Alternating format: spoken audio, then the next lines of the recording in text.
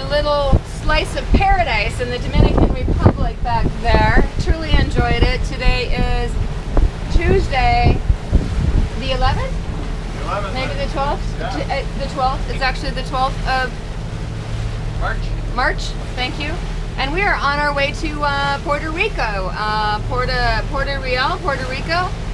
We've got about 6 to 8 boats in front of us by a ways. They left a lot earlier, and all we're hearing is reports of them sighting whales. So very difficult to try to catch on camera, but I'm going to give it my best because they're so awesome, and I hope we get some whales.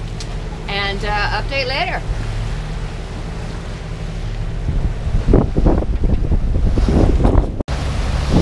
The weather forecast was correct, which gave us mild headwinds and minimal seas for this overnight 150-mile passage from Samana, Dominican Republic to Puerto Real on the southwest coast of Puerto Rico.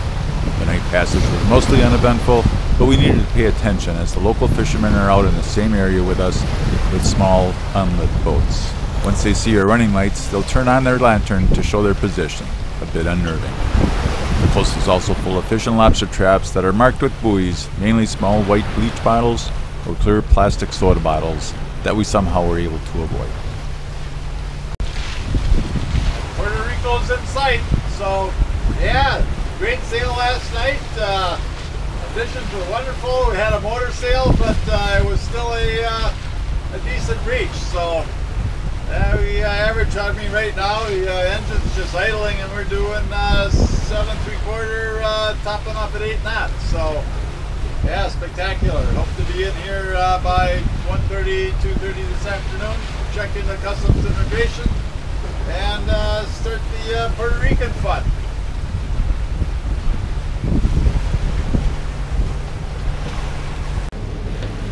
Got a little freeloader that jumped on the boat last night. A little flying fish.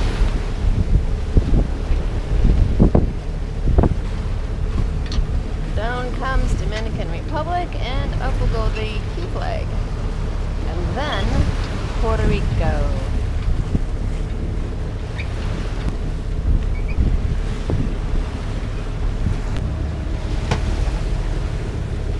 Right behind here, Puerto Rico. We arrived in the afternoon and cleared U.S. Customs and Immigration and settled into the marina in the village of Puerto Real. Puerto Real is the fishing village with a fish market right at the marina. We visited the market and purchased a nice lobster for dinner that night. As you can see, we had plenty to choose from.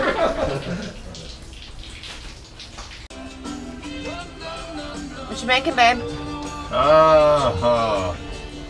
Nice Caribbean dinner. We got 5-finger rice going here, Christopine and carrots going here, and we got a lobster that we bought for $8 a pound. So they look delish. yeah, hopefully.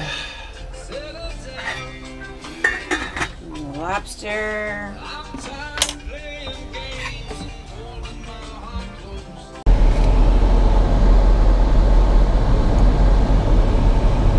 Rental car day. We are in Puerto Rico, and it's time to explore. So first run is, believe it or not, a U.S. store called Walmart, and get some shopping done, and grocery store, and then we're off exploring. I'm excited. Are you excited? Excited. I'm excited.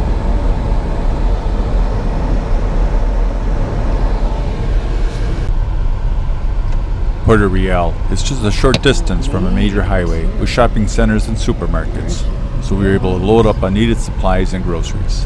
This was quite a departure from what we've experienced since leaving the U.S.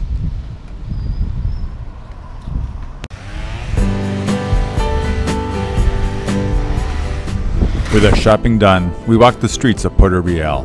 The area is full of small fishing shacks where the fishermen and their families live, along with low-key local restaurants and bars.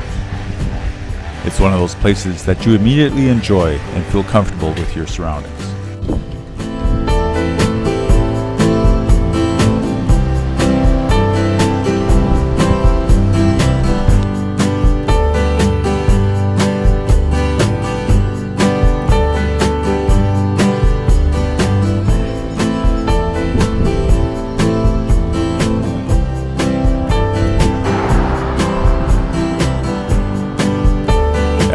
days in Puerto Real, we had favorable conditions to again head east along the southern shore of Puerto Rico, an area that Darcy and I were really starting to enjoy. As we rounded Cabo Rojo, we were met with the full force of the trade winds, waves, and adverse current. The abuse did not last too long, as our final destination for the day was La Pagura, a weekend getaway spot for the Puerto Ricans. What day is it today? Today's the day we enter the Caribbean Sea. Yay! It's Cabo Rojo or Cape Red, and that's the southwest corner of Puerto Rico. So yeah, we are now abreast of that, so we have entered the Caribbean.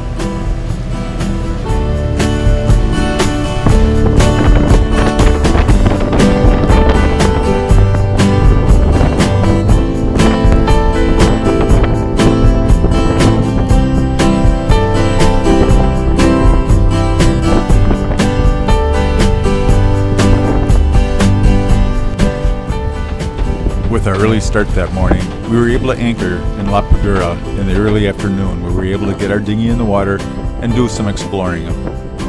The harbor is full of mangroves, with floating cottages dotting the shoreline that are weekend retreats for the Puerto Ricans.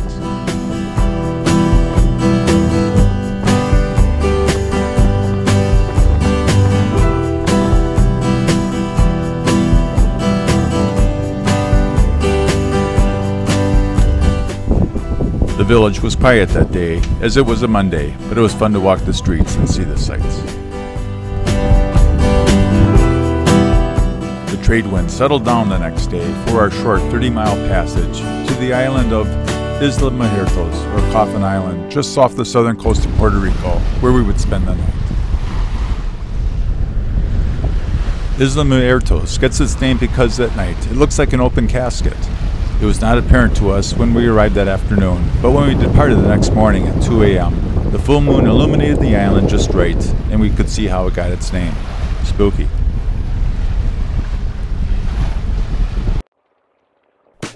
With Puerto Rico behind us, we arrived in the Spanish Virgin Island of Culebra, which is halfway between Puerto Rico and the U.S. Virgin Islands, where we would spend a couple of days resting prior to pressing further east.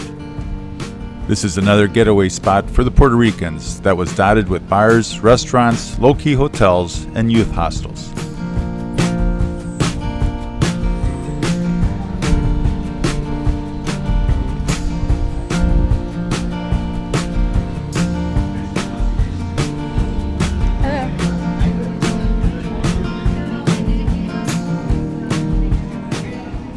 Enjoying a beer? We enjoyed an afternoon beer sitting right next to the water that was framed with mangroves. Tarpon would cruise along the pier waiting for somebody to throw them food scraps, which was fun to watch.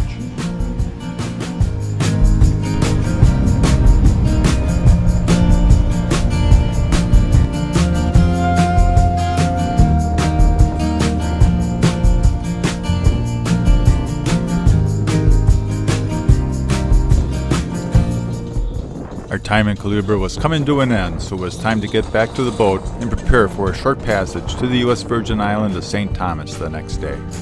This was a Saturday, so the island was getting into full-scale party mode. A good time to depart.